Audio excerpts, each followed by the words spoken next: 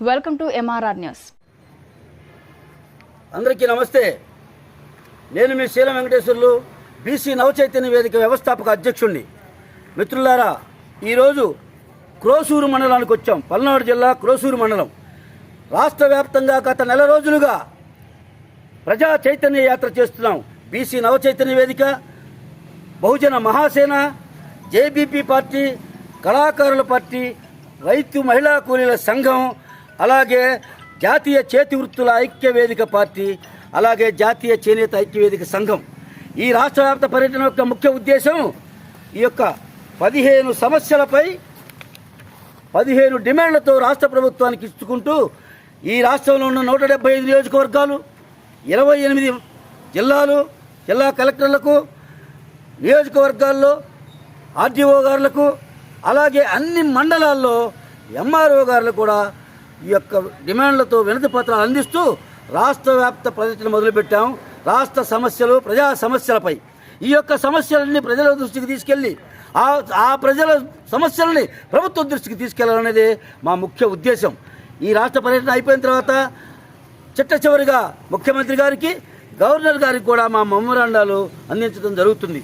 అయితే ఇప్పటికే ఉమ్మడి అనంతపురం జిల్లా పూర్తి చేసుకుని పల్నాడు జిల్లాలో అడుగుపెట్టాం.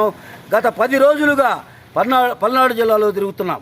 ఇప్పుడు ఈ యొక్క క్రోసూరు మండలంలో ఎంఆర్ఓ గారికి వినతి పత్రం ఇవ్వడానికి వచ్చాం. నేను చెప్పేది ఈ ప్రభుత్వానికి కూడా, ఈ ప్రభుత్వం వచ్చి కూటమి ప్రభుత్వం 2 సంవత్సరాలు అవుతుంది.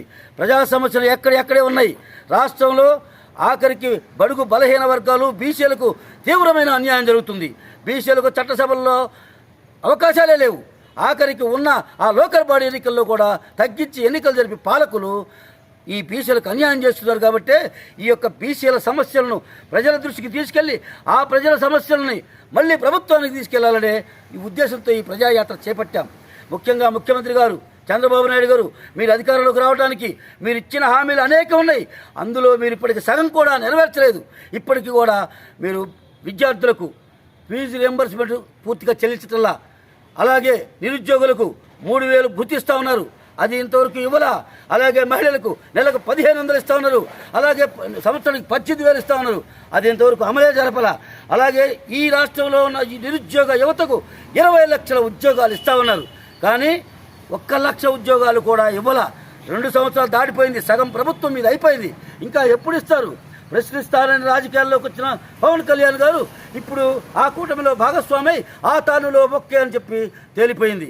కాబట్టి ప్రజలందరూ ఆవేదనతో ఉన్నారు, మీపై ఆక్రోషంతో ఉన్నారు. ఇది మీకు అర్థం కావట్లా. ఉచిత బస్సు ఇచ్చామనుకుంటున్నారు, అది అంతా బోగసు. ఈరోజు నేను చీరాల నుంచి నరసరావుపేటకు వస్తూ బస్సులో ఎక్కితే ఆ కండక్టర్లు కనీసం మీరు మానిటరింగ్ చేయరా? కండక్టర్లు ఏం మాట్లాడాలో తెలియదా? అసలు చీర కనపడితేనే మేము బస్సు ఆపమంటున్నాడు ఆ కండక్టర్. ఇది ఎక్కడ న్యాయం? మీరు బస్సులు ఆడవాళ్ళ కోసం వేశారు, మహిళలను గౌరవించాలి, కానీ అదే మహిళలు తిరిగి మిమ్మల్ని పొరకలతో కొట్టే రోజు వస్తుంది. నేను ప్రత్యక్షంగా చూసా. ఎందుకంటే ఆపకుండా పరిగెత్తుకుంటూ మహిళలు బస్సు ఎక్కుతారా? నా కళ్ళ ముందు ఆపుకుంటే ఏంటో ఆపకుండా పోతామని కండక్టర్ని అడిగితే అలా అయితే మేము బస్సులు నడపలేమండి అంటారు. మీది బాధ్యత ప్రభుత్వానిదే. ఎక్కువ బస్సులు పెంచండి, అవసరమైతే ట్రిప్పులు ఎగస్ట్రా వేయండి, కానీ పరిగెత్తుకుంటూ బస్సు ఎక్కాలంటే ఎలా ఎక్కుతారు? ఆపండి, ప్రతి స్టేజీలో ఆపాల్సిందే. చెయ్యెత్తండి, బస్సు ఎక్కండి అని చెప్తారు కదా, మరి ఎక్కడ ఆపకుండా పరిగెత్తుకుంటూ పోతే ఎలా ఎక్కుతారు? సీనియర్ సిటిజన్స్, 60 ఏళ్ల ముసలాయన ఇందాక బస్సు కింద పడేవాడు. అది కూడా దారుణం. ఎంత దారుణం అంటే యువకులు మాత్రం కాలేజీలకు పోవాలా, ఉద్యోగం ఏదో ఒక చిన్న పని పాటకు పోవాలని పరిగెత్తుకుంటూ వచ్చి చెప్తున్నారు. మరి ఇదేంటి పరిస్థితి? మీకు వ్యతిరేకత కాదా? ఈ ప్రభుత్వం మానిటరింగ్ చేయాలి. ఆర్టీసీ బస్సులో కూడా ఎక్కువ బస్సులు పెంచండి. అలాగే ప్రజా సమస్యలు అనేకం మీరు ఇచ్చిన హామీలను నెరవేర్చడం లేదు. కాబట్టి మేము ఈ యొక్క ప్రజా చైతన్య యాత్ర మొదలుపెట్టాం. ఈ యొక్క 15 డిమాండ్లను మీరు నెరవేరిస్తే, మీరు మంచిగా పరిపాలన చేస్తే మీరే మళ్ళీ అధికారంలోకి వస్తారు. లేదంటే ప్రజలు చూసుకుంటారు. బీసీలు కూడా ఇప్పుడు ఆషామాషిగా లేరు, గతంలోలాగా కాదు. ఎందుకంటే గతంలో బీసీలు మీరు ఏది చెబితే తినేవాళ్ళు, కానీ ఇప్పుడు మేము తెలుసుకున్నాం. మీ మోసాలు 79 సంవత్సరాలుగా బీసీలను మోసం చేస్తూనే ఉన్నారు అన్ని పార్టీలు. మేము ఏ రాజకీయ పార్టీకి వ్యతిరేకత కాదు, ఏ రాజకీయ పార్టీకి అనుకూలం కాదు. అన్ని రాజకీయ పార్టీలు కూడా మొత్తం ప్రజలను మోసం చేసిన వాళ్ళే. ఆ 2 కుల అహంకార కులాధిపత్య కులాలలో ఉన్న ఆ 2 పార్టీలు మాత్రమే ఈ రాష్ట్రాన్ని ఏలుతూ 150 కులాలున్న బీసీలను 60% జనాభా ఉన్న బీసీలను మోసం చేస్తూ మీరు మాత్రం అందలు వెక్కి కూర్చొని మమ్మల్ని కూరలో కరివేపాకులా తీసివేస్తుంటే ఎంతకాలం భరిస్తాం? అందుకే మా ఓట్లు మేమే వేసుకుంటాం, మిమ్మల్ని మాత్రం ఈసారి అధికారంలోకి రానివ్వం. ఈ రాష్ట్రంలో పొలిటికల్ వ్యాఖ్యం ఉన్నది.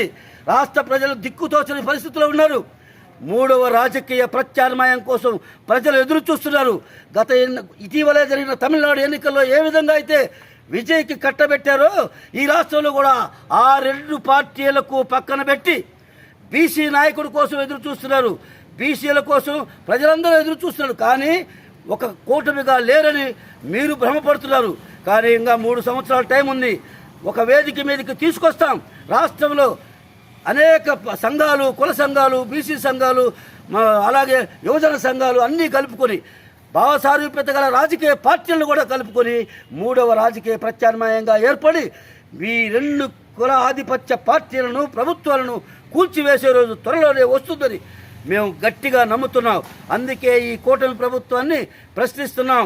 ఈ 15 డిమాండ్లు మీరు ఇచ్చిన హామీలు నెరవేర్చి మీ మాట నిలబెట్టుకోండి, ప్రజల మన్ననలు పొందండి. కానీ ఈ మధ్య ప్రజల మీద దాడులు ఎక్కువైపోతున్నాయి. బీసీల మీద దాడులు, మహిళల మీద దాడులు, మైనార్టీల మీద దాడులు, ఎస్సీ ఎస్టీల మీద దాడులు. ఇది ఎక్కడ ప్రభుత్వం? గత ప్రభుత్వాన్ని మీరు విమర్శించారు కదా, ఇది దుర్మార్గమైన ప్రభుత్వం, దీన్ని తీసుకుని బంగాళాఖాతంలో వేయాలన్నారు. మరి ఇప్పుడు మీ ప్రభుత్వాన్ని ఏ బంగాళాఖాతంలో వేయాలని చంద్రబాబు నాయుడు గారు నేను ప్రశ్నిస్తున్నా.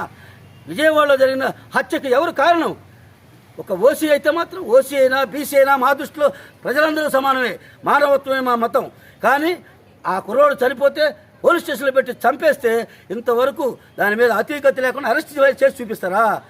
కాబట్టి మేము అంటున్నాం, ప్రజల మీద దాడులు ఆపాలి. ముస్లిం మీద, మైనార్టీల మీద, ఎస్సీల మీద, ఎస్టీల మీద దాడులు తక్షణమే ఆపాలి.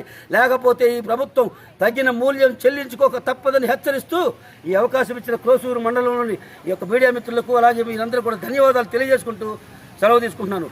జోహార్ బిఆర్ అంబేద్కర్, జోహార్ మహాత్మా జ్యోతిరావు పూలే, జోహార్ కాంశీరామ్.